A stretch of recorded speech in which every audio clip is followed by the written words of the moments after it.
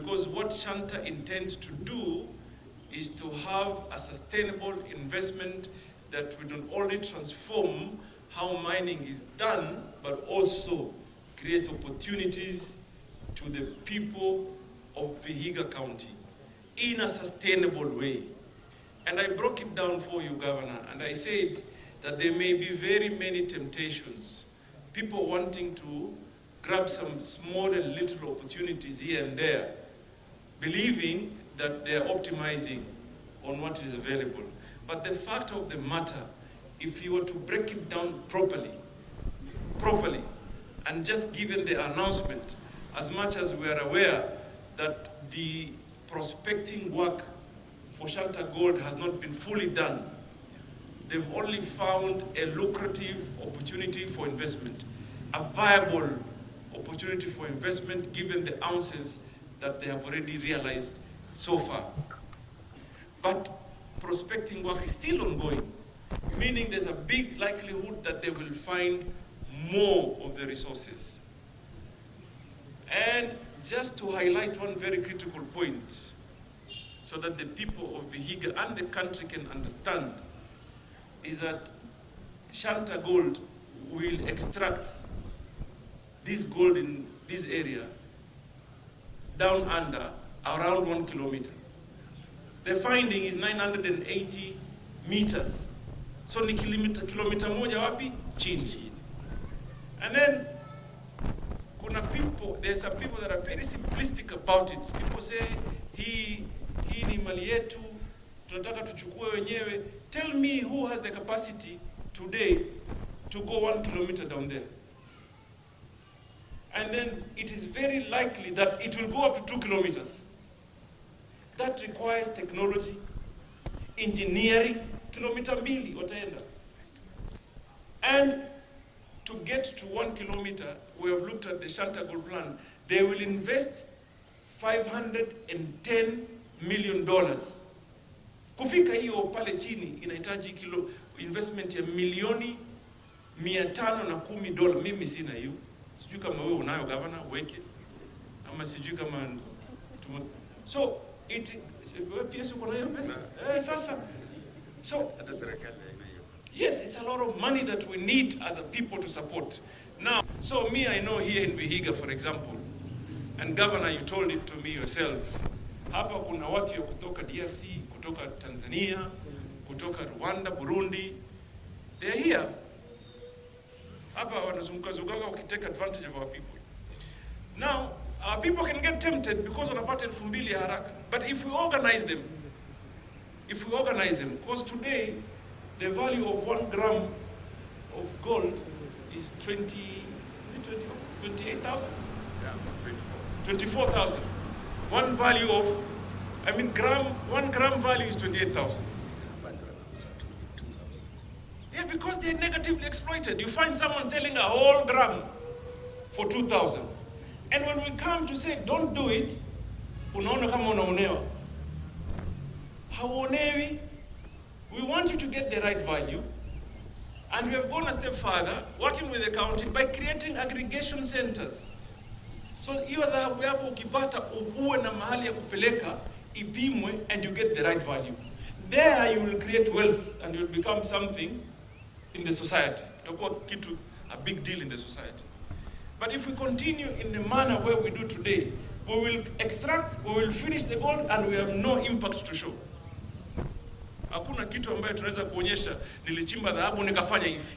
Utakuwa unachimba unakula. Unachimba tena unakula. So Governor, I really want to persuade all of us that we look at meaningful investment in the sector of mining so that our people can change lives. We had calculated, because the community, the affected community, is entitled to 1% gross revenue. So Shanta wametangaza pesa ngapi worth of gold as today market? 680 billion. Meaning the sale revenue or gross revenue will eventually reach 680 billion. What is 1% of 680 billion? Governor, 6.8 billion shillings. Tell me who in Vihiga has ever made 6.8 billion shillings today? me. If there is, I will rethink and I will relook at our strategy. But who has made that money? You have not even added what will come to the county, the royalty 20% and another 10% to the community. The same community will have that 1% gross and then another further 20%. So I want to persuade the people of Vihiga, don't be tempted to be dragged into politics. Ask the hard questions. Zile pesa itaingia vipi? Itaingia namna gani? Is to address the security team. You guys took an oath to protect the lives and property of the Kenyan people. Sivyo? I expect you to do just that. And protecting the properties of Kenyan people is, first of all, even protecting public property. And where we are today, the minerals are belonging to the people. And I don't blame the people, by the way, because they are not informed. They do not know. Hawa watu hawajui. Hata wengine hawajui value ya gold. Mtu anaenda kuchimba apate tu ile ya kula leo. It is the responsibility of us in government to guide them and protect them. So how can there be illegal Chinese or so on and so forth? I'm not supposed to mention countries. But how can there be illegal foreigners that are supported here at the expense of the Mwananchi? And you do nothing about it. And most often you'll hear an excuse that you have mining police. Mining police is there in Nairobi, a small unit, but it doesn't take the right of what you need to do on the ground. So I want to persuade you, and I'm doing this with humility, transform this thing. We want to hear a different story, so that people can see the impact. You know, because mining will open up, and it has to open up in the right way. Na hakuna kitu ngumu. Unajua mtu ameniuliza juzi, down at the coast we have rare earth element in Kwale. Governor, someone asked me, there's a shrine, kaya. Ile kaya tena wakienda wazee wanakuambia wewe ukicheza na mimi nitakupatisha juu ya mti. They asked me, sasa hii kaya itakuwaje? Nikamwambia it's simple. You just go to the owners of the kaya and ask them, what do we do? They will tell you, and you facilitate. So it's the same discussion, because there's this very delicate discussion. Mtu mwingine anasema mimi hapa nilizika familia yangu. Unamwambia sasa ukweli, umezika familia yako, lakini hapa ndani kuna thamani ya mamilioni haya. Na wewe utapata haki yako kiwango hichi. Now make a decision. How do you want to do it? Then we offer necessary support. We will not wake up one morning and say, remove these graves or graveyard. We can't do that. We are African people. This is not Africa, sivyo? Tunaamini mila na desturi.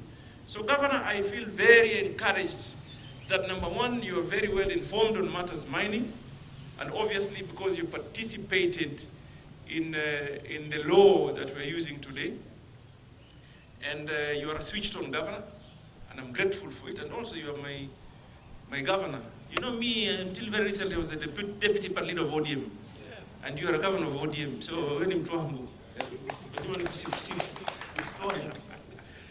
so Governor, I just want to encourage you that you take the leadership and encourage the people. Let them not be fooled. Kwamba ile kitu kidogo ndio final. There's great opportunity. There's great opportunity. And if we structure it well, lives will change. Young people will be employed. Wealth will be created.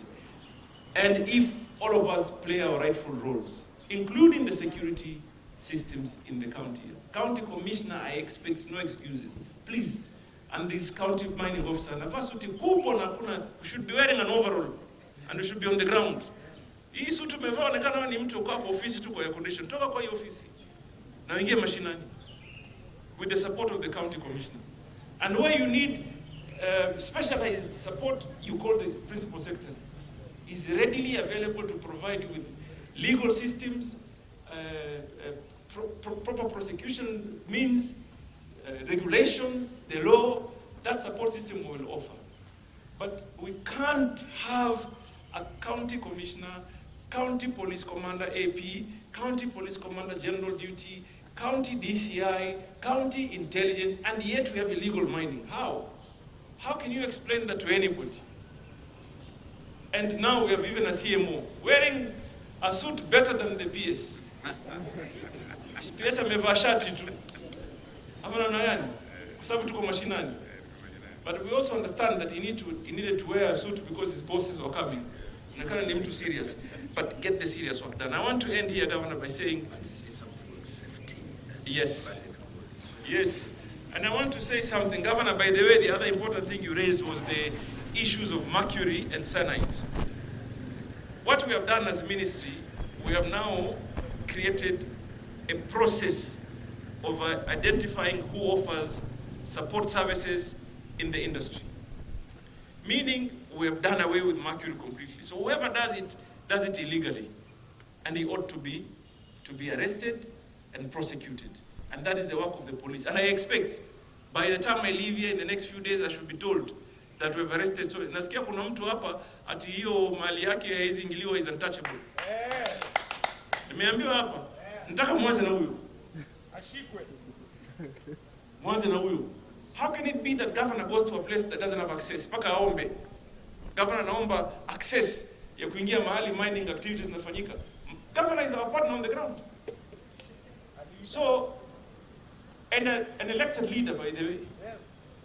So that nonsense, I never want to hear that there's a place that is no-go zone for elected leaders. That is completely unacceptable and must never be entertained. Two,